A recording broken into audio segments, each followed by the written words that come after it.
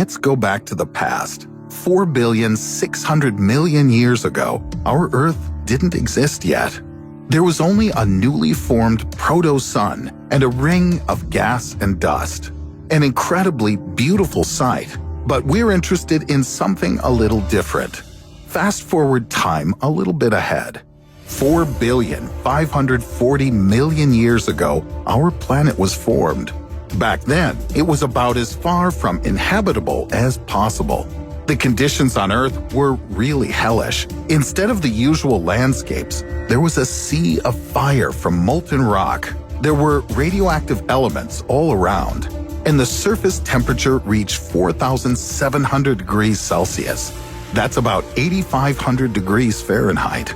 Instead of air, there was carbon dioxide, nitrogen, sulfur, and water vapor. Instead of solid land, magmatic oceans. Add to that the constant bombardment from large asteroids, and you get a picture that's more like the end of the Earth than its beginning.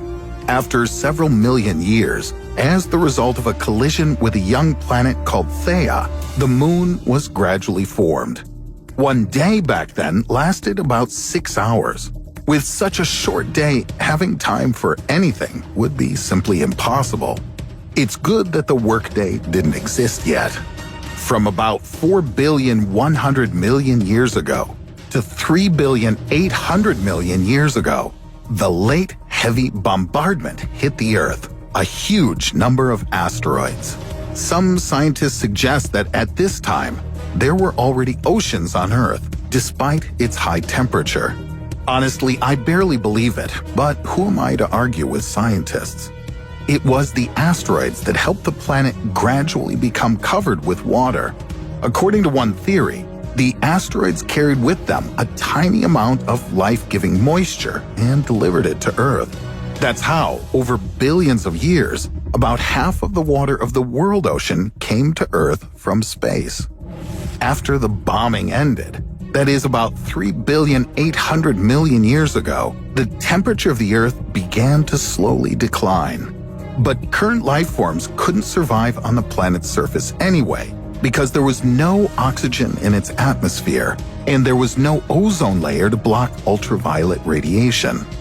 However, there are fossils which are about 3,500,000,000 years old, which means that life on Earth could have arisen much earlier than we used to think.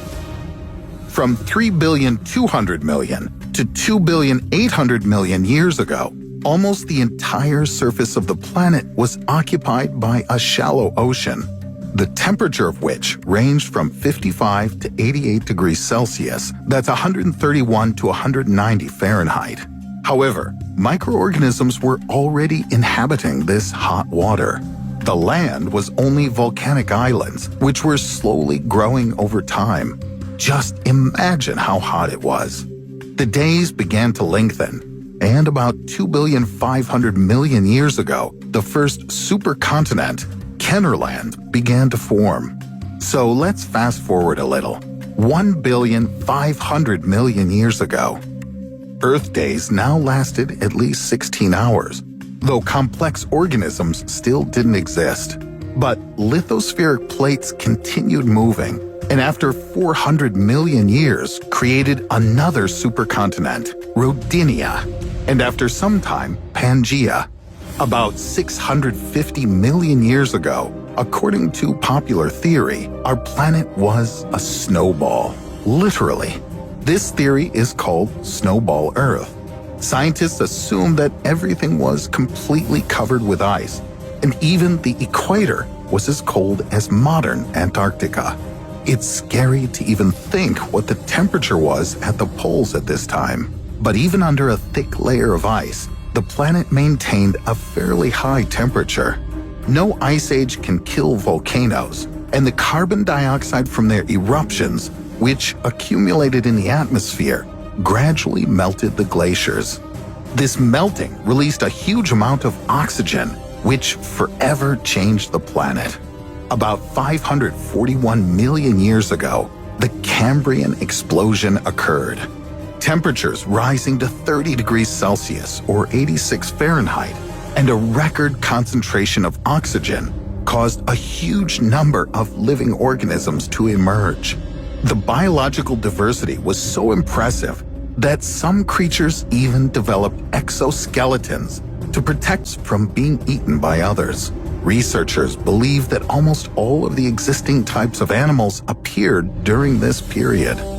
The length of the day now reached 22 hours.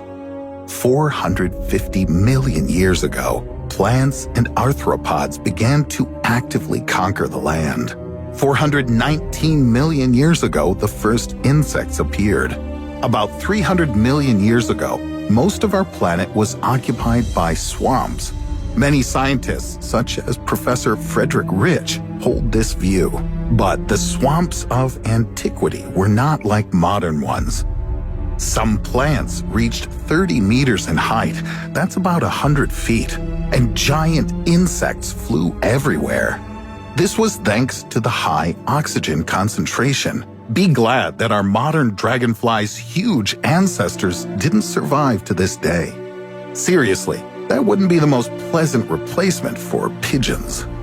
252 million years ago, the Permian-Triassic extinction event took place, destroying 96% of marine species and 73% of terrestrial vertebrate species. Most likely, numerous eruptions became the cause of extinction. The air was filled with ash and carbon dioxide. There was little sunlight, plus lava was flowing everywhere. Anyone could die in this environment. Dinosaurs then arrived to replace the destroyed species. But not only did huge dinosaurs divide the planet among themselves, the continents also moved. About 175 million years ago, Pangaea began breaking up. The Atlantic and other oceans appeared, and the world began taking on its current form that we see today. At this time, you could find the first pine trees, praying mantises, and bees. 50 million years ago, the power over the planet was then passed on to mammals. Without dinosaurs, they began feeling freedom, actively spreading around the planet and evolving with all their might.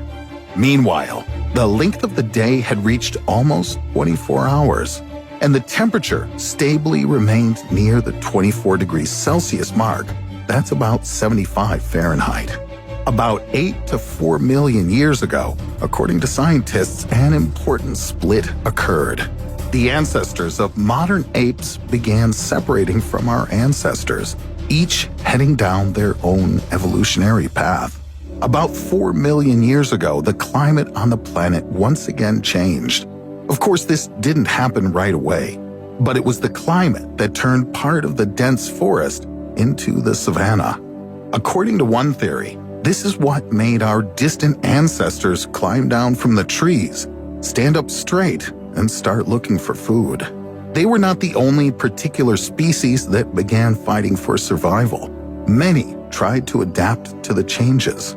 But in the end, only humans succeeded to the degree that they went on to invent tools, the wheel, and Netflix. 1,400,000 years ago, Homo erectus began to colonize Eurasia. 790,000 years ago, they already knew how to use fire. What the population of the Earth was exactly during this period is rather difficult